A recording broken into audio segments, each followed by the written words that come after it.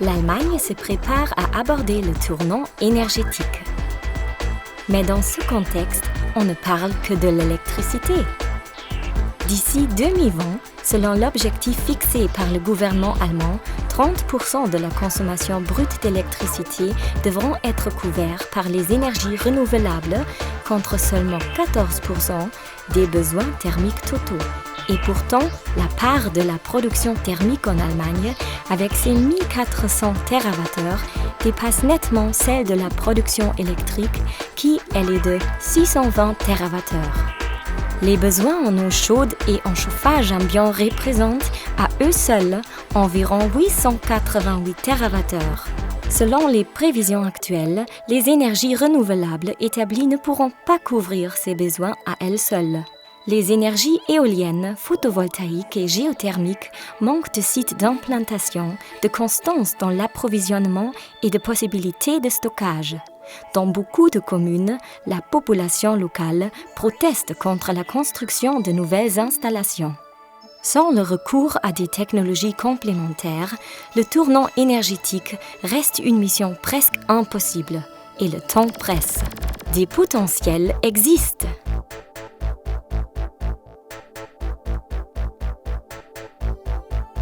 La résolution des problèmes énergétiques ne revient pas uniquement au monde politique. La contribution du secteur privé est également déterminante. Les branches clés énergivores, notamment, doivent s'en faire un devoir. Une d'entre eux, elle est le secteur économique des eaux.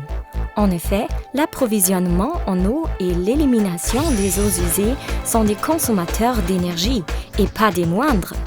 Il n'est pas rare que les stations d'épuration soient les championnes dans ce domaine au niveau communal. Mais les eaux usées, elles aussi, ont de l'énergie à revendre. Tous les jours, des quantités impressionnantes d'énergie déjà payées finissent aux égouts. La douche, la cuisine, le lavage du linge et de la vaisselle entraînent l'évacuation de millions de mètres cubes d'eau chaude inexploitée dans les canalisations. Leur potentiel énergétique, environ 80 TWh. D'après une récente étude de l'Université de Stuttgart, cela représente environ 9% du besoin annuel énergétique en Allemagne en termes de chauffage ambiant et d'eau chaude. Selon cette étude, l'approvisionnement thermique d'un bâtiment sur 10 pourrait théoriquement être assuré par l'exploitation des eaux usées. Cette énergie thermique peut être récupérée très facilement. On connaît le principe depuis plus de 30 ans.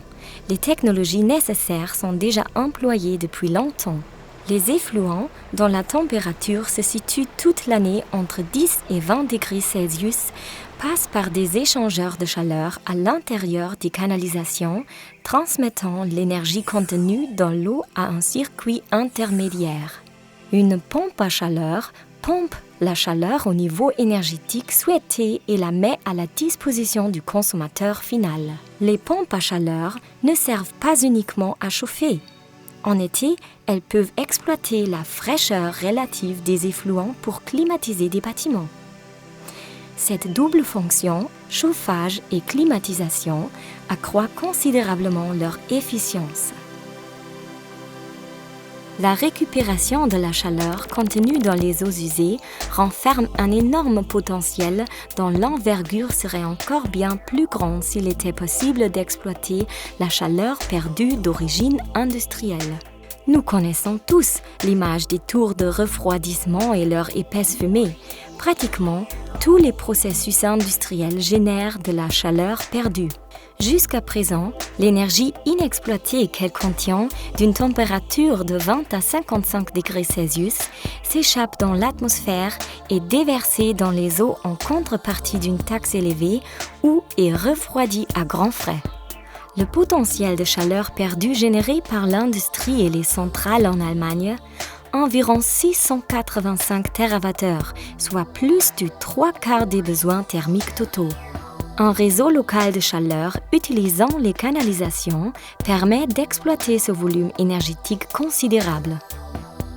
Au lieu de laisser cet excédent d'énergie s'échapper dans l'environnement et donc de la détruire inutilement, la chaleur perdue peut être dirigée vers le réseau de canalisation existant via des échangeurs de chaleur. Tandis que la température du fluide caloporteur industriel est réduite pour atteindre le niveau souhaité, et ce, sans dépenses énergétiques supplémentaires, elle augmente de quelques degrés dans les canalisations et peut être transportée avec les effluents. En aval, là où se trouve un consommateur approprié, un autre échangeur de chaleur se charge d'extraire l'énergie contenue dans les eaux usées.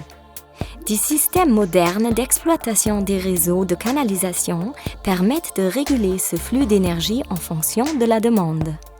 L'exploitation des réseaux de canalisation est loin d'être une vision futuriste.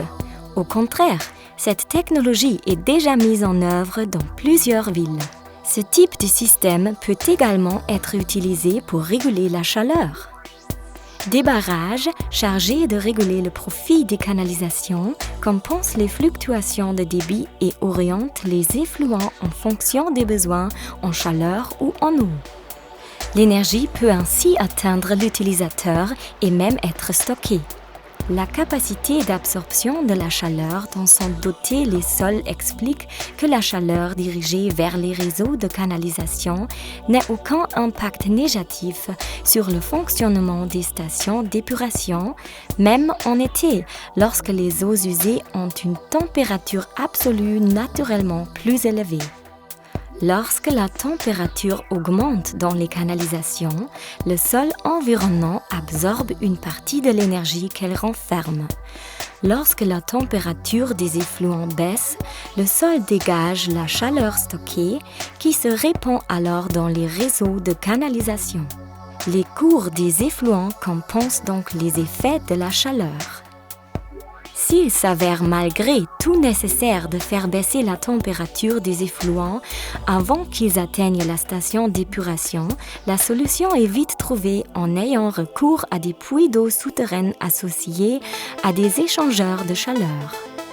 Un tel réseau local de chaleur, utilisant les canalisations et régulant intelligemment les débits des effluents en ayant recours à la chaleur industrielle, assurerait toute l'année l'approvisionnement énergétique d'une grande partie des ménages d'une commune en termes de chauffage ambiant et d'eau chaude. La rentabilité de cette forme d'énergie novatrice dépend surtout de la température des eaux usées. Si la température monte dans les canalisations en raison du passage de la chaleur industrielle, le coût de la chaleur baisse par rapport aux sources d'énergie fossiles. Si l'on tient compte de la hausse prévue des prix énergétiques, cet effet devient encore plus évident. La pompe à chaleur nécessite moins d'énergie naturelle. Son efficience s'accroît. La récupération de la chaleur contenue dans les eaux usées est une technologie non subventionnée. Si l'énergie récupérée des eaux usées était subventionnée à hauteur d'1 centime d'euro par kilowattheure, la rentabilité du coût par tonne de dioxyde de carbone évité serait 7 fois plus élevée que pour le photovoltaïque, dépasserait de 30% celle de l'énergie hydraulique et égalerait celle de l'énergie éolienne. Les avantages de cette technologie sont donc évidents. Au lieu d'importer de l'énergie à grands frais, on recycle une source d'énergie constamment disponible en Allemagne et déjà payée. Cette technologie respectueuse de l'environnement préserve les ressources fossiles et peut significativement contribuer à éviter les gaz à effet de serre nuisibles au climat. Les investissements dans la récupération de la chaleur contenue dans les eaux usées aident le secteur privé à économiser de l'argent et à conserver en Allemagne la valeur ajoutée réalisée. Totalement invisibles, les installations sont très bien acceptées par la population locale et sont associées à une amélioration de l'image de marque des parties initiatrices et des exploitants. Au total, la récupération de la chaleur industrielle via les canalisations d'un réseau local de chaleur peut donc tout à fait servir de programme de relance de l'activité économique. La récupération de la chaleur contenue dans les eaux usées, technologie encore récente, a déjà été réalisée dans de nombreux projets.